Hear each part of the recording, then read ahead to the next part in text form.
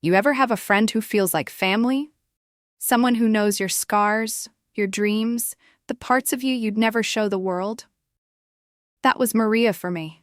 We grew up like sisters, clawing our way out of the same broken streets, chasing the same impossible dreams. We promised each other we'd make it, that we'd leave our past behind and touch the stars.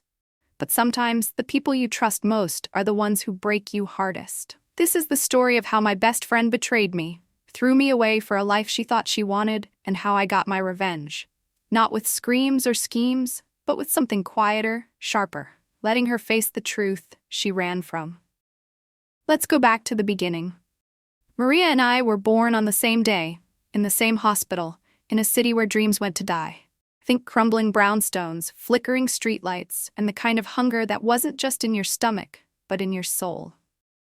Our neighborhood was a maze of cracked sidewalks and corner stores where hope was a luxury most couldn't afford. We met in kindergarten, two scrawny kids with mismatched shoes and big ideas.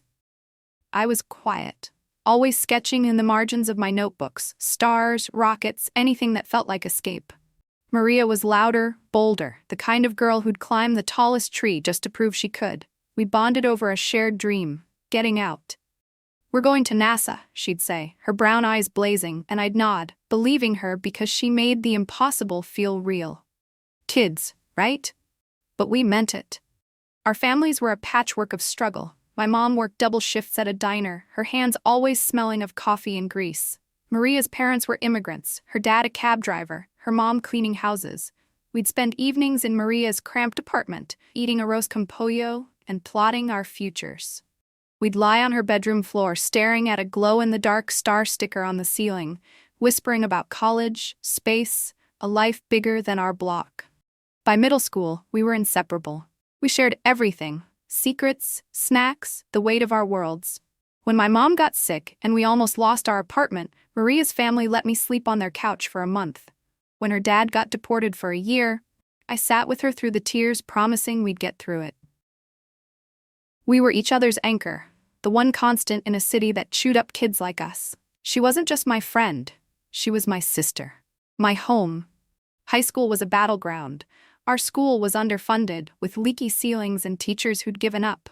But Maria and I were scrappy. We studied in the library until it closed, shared one ancient laptop, and applied for every scholarship we could find. "We're getting out," we'd say, our mantra against the chaos. We pushed each other. I'd quiz her on physics, she'd drill me on calculus. We'd sneak into community college lectures, pretending to be students, soaking up every word. Our dream was specific: aerospace engineering, NASA internships, a shot at the stars. It wasn't just ambition, it was survival. If we didn't make it, we'd end up like our parents, trapped in a cycle we couldn't break. Looking back, those years were brutal, but they were ours. We had each other, and that was enough. Senior year, we got the letter. Acceptance to one of the best engineering colleges in the country. Full scholarships.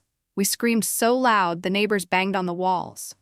That night, we celebrated at our favorite bodega, splitting a soda and promising we'd never let anything come between us. "NASA or bust," Maria said, clinking her bottle against mine. I laughed, my heart full, believing we were unstoppable. College was a whirlwind. The campus was a world away from our city. Green lawns, glass buildings, kids who'd never known hunger. Maria and I stuck out, our thrift store clothes and thick accents marking us as outsiders. But we didn't care. We were there, and we were hungry. We roomed together freshman year, then got a tiny off-campus apartment sophomore year. A fifth-floor walk-up with peeling paint and a radiator that clanked like it was haunted. It was ours, though, filled with mismatched furniture and our dreams. We'd study at the kitchen table, papers everywhere, coffee mugs staining the wood. Maria would blast Bad Bunny, dancing while she memorized equations. I'd sketch rocket designs in my notebook, dreaming of the day we'd build something that flew. Those were good years. Hard, but good. We were still us, still chasing the stars. Money was tight. I worked weekends at a campus cafe, Maria at a bookstore downtown. We split rent, groceries, everything.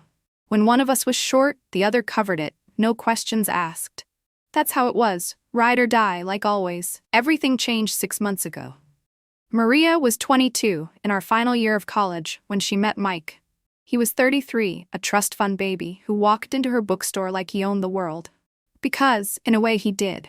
Blonde hair, sharp suits, the kind of charm that felt like a trap. At first, it was just a story she told me over dinner, laughing about this rich guy who kept buying books he didn't read.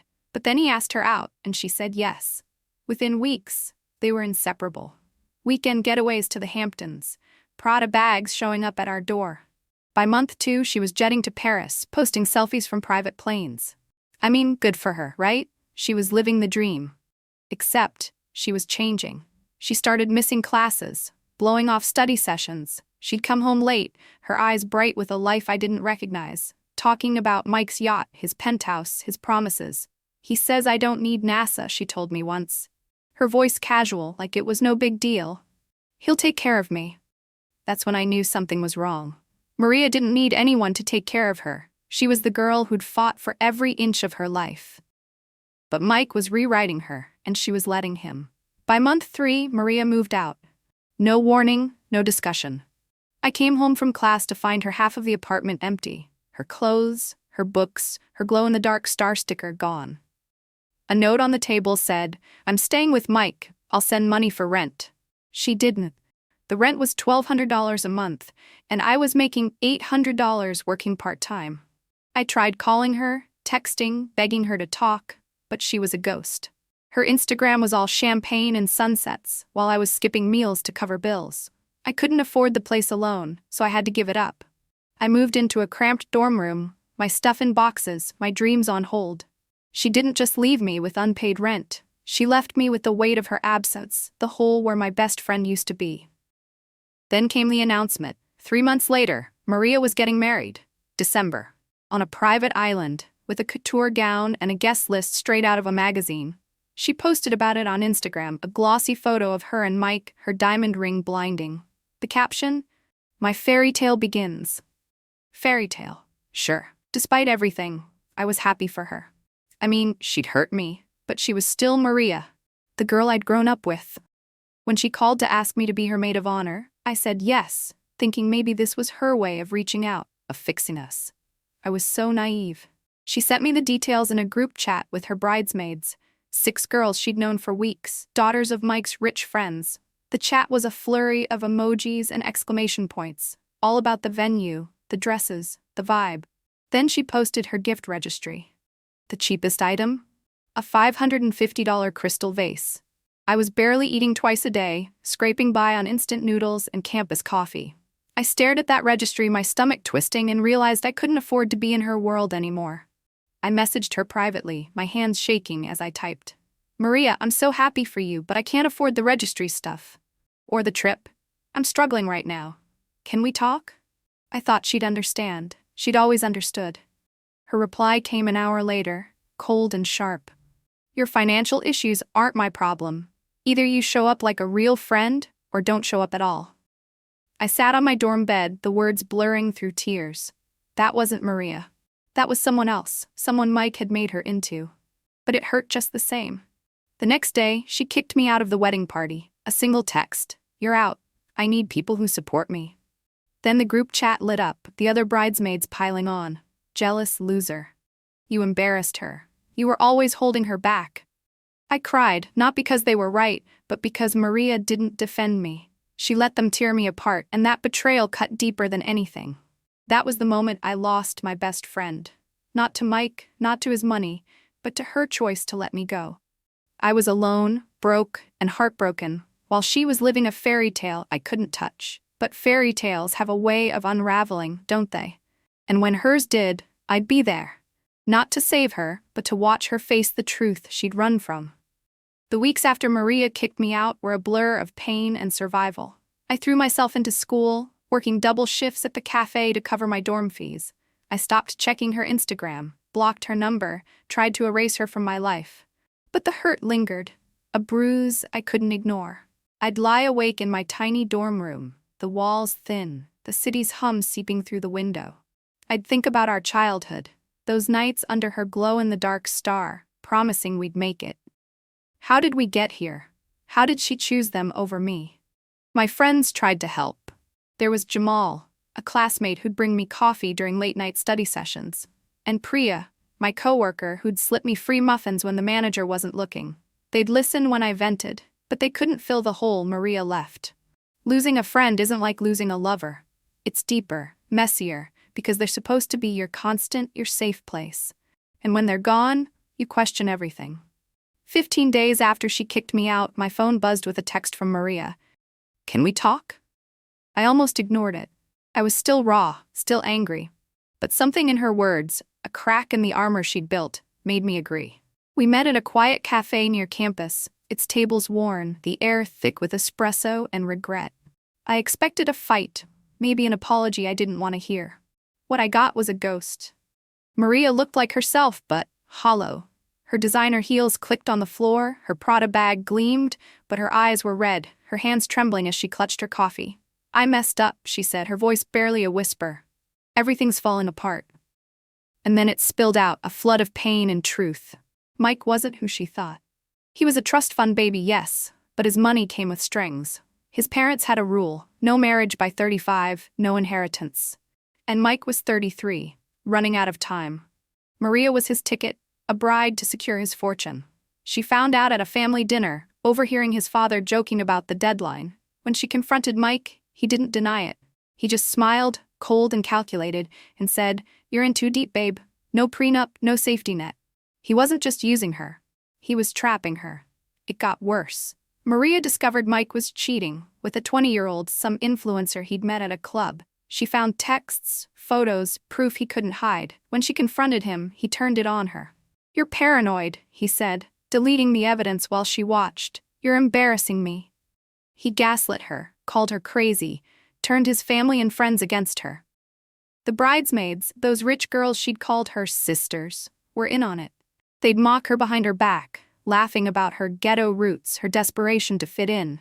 Maria overheard them at a fitting, their voices dripping with venom. "She's just a prop," one said. "Mike's playing her like a fiddle." She was sleeping in the guest room of his penthouse, alone, when she texted me. The fairy tale was a lie, and she was drowning in it. I listened, my coffee cold, my heart torn. Part of me wanted to scream, "You did this to yourself." But another part, the part that remembered our star sticker, our promises, saw the Maria I'd loved broken and reaching out. I didn't plan to help her. I was still hurt, still angry. But when she said, "I have nowhere to go," something in me softened. I let her crash on my dorm couch, a lumpy thing that barely fit one person. She showed up with a single suitcase, her Prada bag looking out of place in my cramped room. It wasn't forgiveness, it was humanity, I guess. She'd hurt me, but she was still the girl I'd grown up with, the one who'd shared her last dollar when I had nothing. The first night she cried herself to sleep, her sobs muffled by the thin walls. I lay awake, staring at the ceiling, wrestling with my own feelings. Why was I doing this? Did she deserve it? But I couldn't turn her away. Not yet. Sometimes, helping someone isn't about them, it's about who you are. Over the next few days, Maria told me everything. How Mike controlled her clothes, her friends, her dreams. How he'd convinced her to drop her NASA internship, saying, "You don't need it, I'm your future." How she'd believed him, desperate for a life that felt secure. She wasn't just betrayed by Mike, she'd betrayed herself, and that was the hardest truth to face. I listened, made her tea, let her talk, but I kept my distance, my walls up. I wasn't ready to be her friend again, not after what she'd done. Still, I saw glimpses of the old Maria, the one who'd laugh at my terrible jokes, who'd dream of the stars. And that's when I knew. The best revenge wasn't hurting her. It was letting her rebuild, on her own terms, while I stood back and lived my truth. Maria made her choice a week later. She called off the wedding, no fanfare, no explanation. She didn't post about it, didn't call the bridesmaids, didn't beg for Mike's forgiveness. She just left. She packed her suitcase, blocked his number, and walked out of his penthouse. I wasn't there, but she told me later it felt like waking up from a dream.